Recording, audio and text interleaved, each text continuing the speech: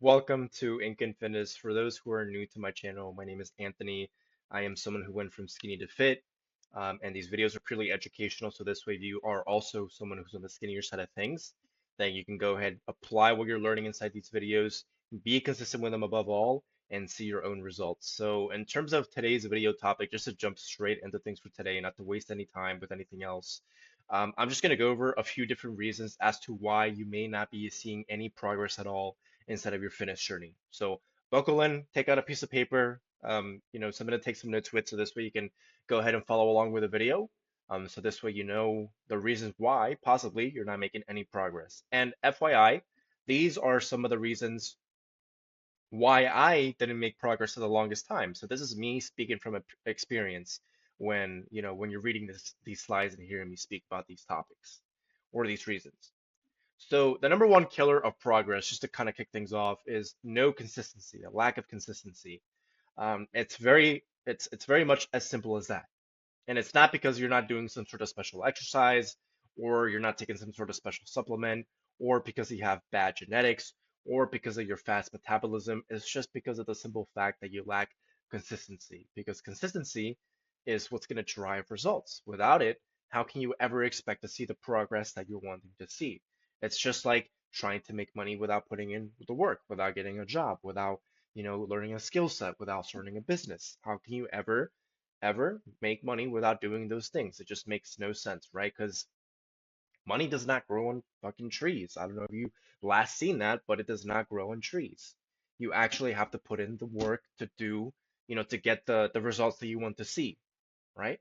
And so this is the biggest mistake that I made in the beginning of my fitness journey. I lacked the consistency, right? And a big reason because of it is because I got into a relationship for the very first time many years back.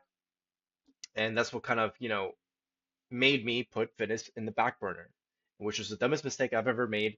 And please don't make that mistake yourself because it is very frustrating, especially if the relationship doesn't end up working out, like in my case. And so it's just not a good situation to be in, right? Obviously, you can, you heal with time and once you feel those emotions and whatnot. But in the moment, it doesn't feel good, right? So you need to be consistent. If you're just someone who's kind of like, I don't like to use the word lazy, but in this case, for lack of a better words, lazy, who doesn't like to put in the work on certain things, then you need to fix that in some sort of way, right? And I'm all for taking baby steps. You don't have to go from 0 to 100 right off the bat. Go 0 to 10, 10 to 20, 20 to 30, and so on and so forth.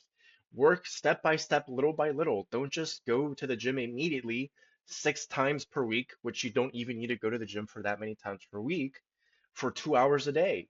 You don't even need to go to the gym for that long either, right? Start off by going 2 days a week for half an hour or 20 minutes if that's all you have in terms of time, and then work up to to however many times per week that you actually want to be inside of the gym, right? That's something that's going to be very helpful for you guys.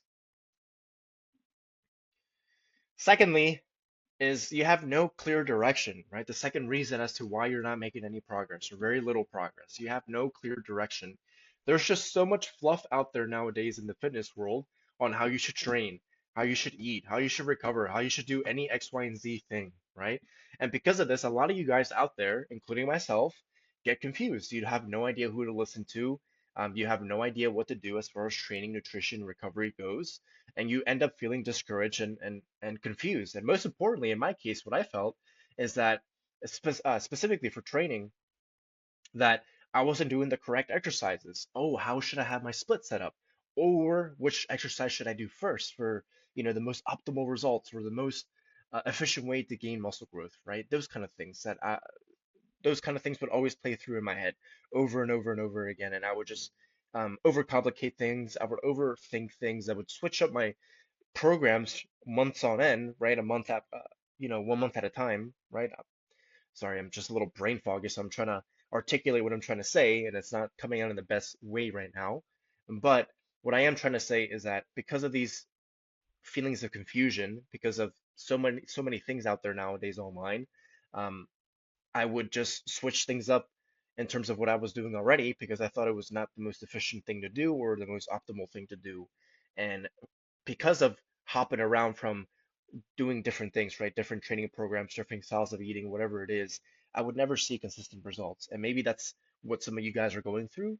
And if it is, I recommend you taking 5 steps backwards so this way you can move 10 steps forward, right? And so what I mean by that is actually just focusing on listening to one person, someone who you trust, someone who, knows what they're talking about, someone who, is passionate about the realm of fitness, right? Someone who has natural results if you are someone who's a natural lifter.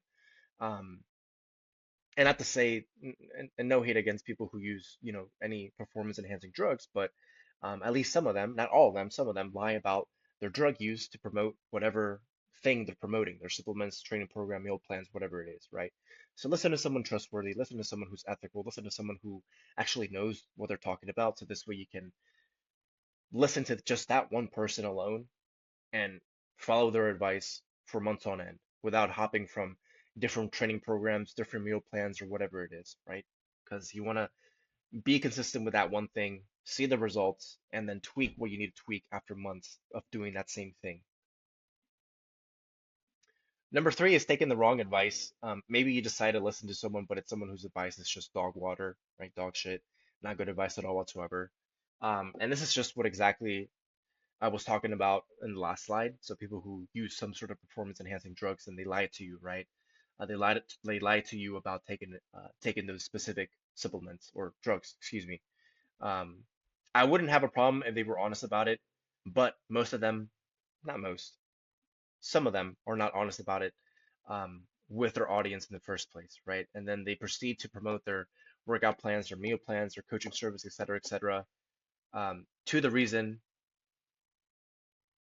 for the reason why they have the physique that they have, right? And then people eat that shit up. They believe it. And they want to look like said fitness influencer because of that, right? And so they think that if they do everything, if they replicate everything to the T what they're doing, that they'll look exactly like them. But that's not the case at all. This actually ends up backfiring very, very badly on those people. It leaves them with a bad taste in their mouth on that fitness influencer. And then they develop a subpar physique, right? And they're left mentally drained because they think that their maybe their genetics or their fast metabolism or whatever it is, whatever reason is the cause because of why they can't gain muscle, make progress.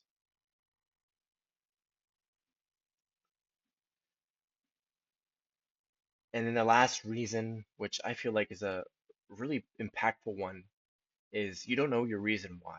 And this is a really big one.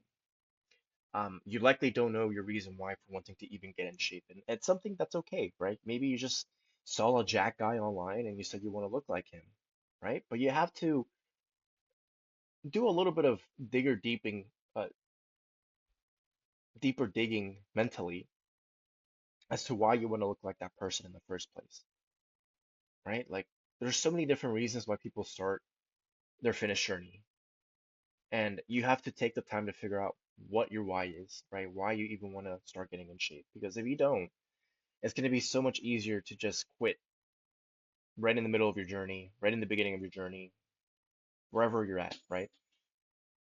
And then you're not going to see any progress. You're going to feel frustrated, and maybe years down the road, you'll wish that you would have started sooner, or you wish you would have gone through with, your actual fitness routine instead of just quitting so early on, right? So some reasons, or some of the reasons why people start going, to the gym, start getting in shape is because, you know, they want to be confident.